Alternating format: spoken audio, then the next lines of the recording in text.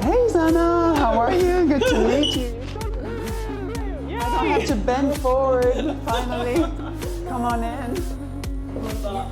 Four girls together. Exactly, tall club.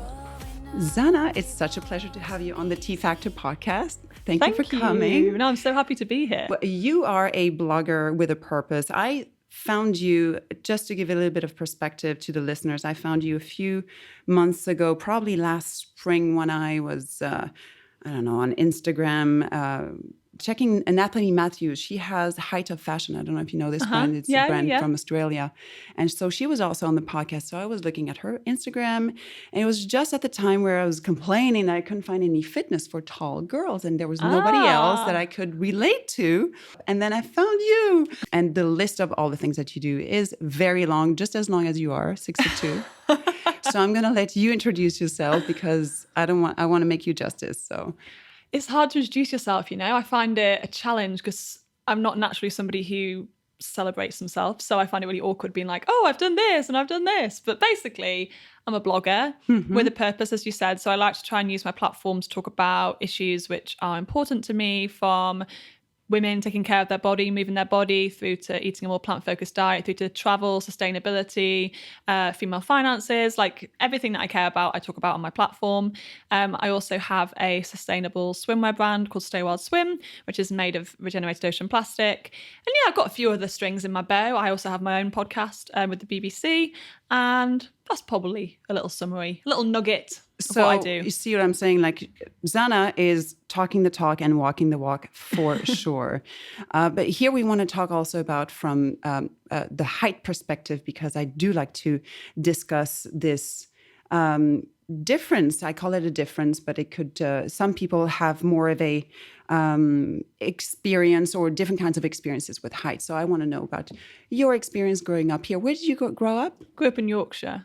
So I was just like an average height until maybe I was 15. And then I remember I had this one summer, and you know, growing pains. Did you get crazy growing pains in your legs?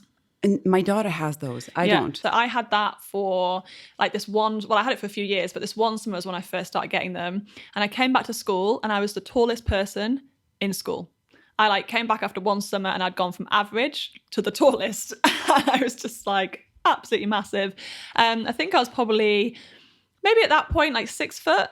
Were you very skinny? Very, very, very skinny. But I just like couldn't keep weight on because I was just... Oh, you were eating? Oh, I was eating so much. It's not like you didn't want to eat. Oh my God, no. I used to eat like a family-sized pack of shortbread biscuits. Like I just loved food, but I just couldn't keep weight on because I was very active, very slim, metabolism on fire. So yeah, I just started my period super late, and I blossomed in every sense super late. So I did keep growing until my late teens. And honestly, I never had any issue with being tall. I never thought of myself as tall. Right. The thing that I find fascinating about height is that everybody feels comfortable to comment on it. Yes.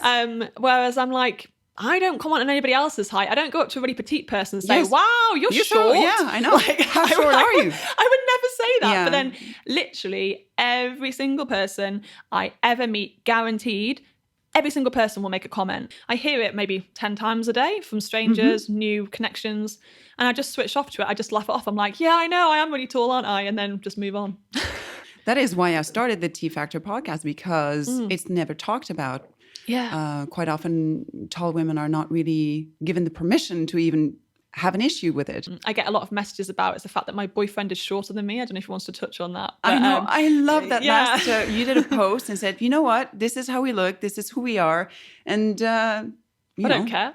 We don't care. Exactly. No, like I'm 6'2". I don't even know how tall Ant is, but I think he's like 5'9". Yeah. So there's like a massive, there's a massive difference there. Yeah. And plus I wear heels. So then it just looks like he's my child. But to be honest, I don't care. And I never notice it. And actually, when I used to date, so I used to be a serial dater before I met him, I would only date people who were taller than me. And I was like, only tall men. And I would put on my bio on all these dating apps, like 6'2", as if like, don't talk to me if you're shorter than that sort of thing. For the first few months, I was like a bit conscious about it because I'd never dated a smaller man. But we've been together for 4.5 years now. And I never, ever think about it. But yeah, like I get a lot of messages online from women saying, oh, how do you have the confidence to date someone shorter than you? And ultimately what I always say is, societal norms are a rule that we've been told, but just doesn't really exist, right? No. That's just a made-up rule. So to say that the man has to be taller than the woman, who made that up? Like, who set that law? Nobody. It isn't a law and it isn't a rule. So why are we choosing to believe that? And imagine if you met the love of your life, but they were half a foot shorter than you. Would you not let yourself love them because of the height? Of course not. So I just think, screw societal norms. Like, I agree. Love who you want to love. Sustainability. I want to talk about that. Yes. How did you get into that? And again, you guys are not going to be surprised that Zanna is walking the walk. And when I mean, she organizes beach cleanups around the world, and she has this bathing suit line is done with recycled plastic. Yes. And you just never stop. No. So it all started sustainability-wise when I started eating a plant-focused diet. So I watched this. So it was linked. Yes. So I did that because I watched this documentary called Cowspiracy. Yeah, I know. So I watched that and I was like, okay, there's this link between what you eat and nature and implications on nature. And I was somebody who was raised on a farm in Yorkshire, like love nature, love David Attenborough, was thinking, what I'm eating isn't aligning with... love meat? Yeah, exactly. Meat? Oh my God, so much meat. I would eat like 3 chicken breasts a day. So I was thinking what I'm eating isn't aligning with my values. So I decided that I was going to reduce my meat consumption. Next thing you know, I think it was 7 or 8 months later when I was vegan. So it was a slow transition from full-on meat eater to plant-based. But in that journey of me turning plant-based, I got really interested in sustainability. I mainly focused on plant-based diets for the first maybe... year or so of my journey. And then so I used to be a global ambassador for Adidas, and they took me to New York for the launch of a trainer made of ocean plastic. And at that launch, a guy did a speech who was the founder of Parlay, which is a really amazing organization. And then a guy did a speech who was the founder of Sea Shepherd, who I'm now an ambassador for. And basically they spoke about ocean plastic and the health of the oceans. And this was something that I had never heard about. This is back in 2017, 2018, before anybody had really spoken about it, before the Blue Planet effect. I've been ignoring so many other things, and a plant-based diet isn't the only element when it comes to sustainability. So then I started talking about reducing plastic, packaging, waste, and then that was just a big can of worms that opened. And now I talk about everything from sustainable fashion through to conscious consumption, food, etc., etc. So yeah, it's been a long old journey, and I'm very open in saying that I'm not perfect. There's so many elements of my life where I don't nail it. Like travel is a huge part of my career, and travel is unsustainable. But I just try and balance that out with everything else that I do online. So. No, exactly. And the great thing with Zanna is you show it, you tell us, and you're actually teaching us. Every time we go on your Instagram or on your website, we learn something, and that's what's so exciting about you. And that's what I mean by you empower women in everything that you do.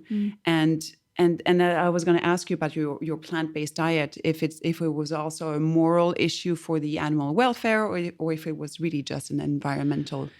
It started off being environmental, and then basically what happened was I put my boyfriend on this mission of, babe, together, let's source ethical, sustainable, slow-raised, grass-fed, organic, pasture, blah, blah, blah meat.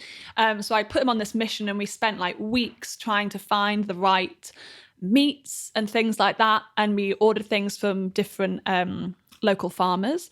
And then eventually, it took me like 6 weeks to get to a point where I'd found a meat source that I was happy with. I ordered the meat. I got the chicken. It was a full chicken that I was going to roast. And then I just couldn't put it in the oven. I was like, no, there's an ethical side now. I've thought about it so much that I had made the connection. And if you look at the Eat Lancet report, you can still eat a very, very, very, very, very small portion of meat. I think it's like 33 grams a day or something, which is minuscule, and to maintain a sustainable diet for the planet. So I was justifying to myself, if I'm doing it purely for sustainability, I can still eat meat. But then once I made the ethical connection, I was like, that's it. Nah.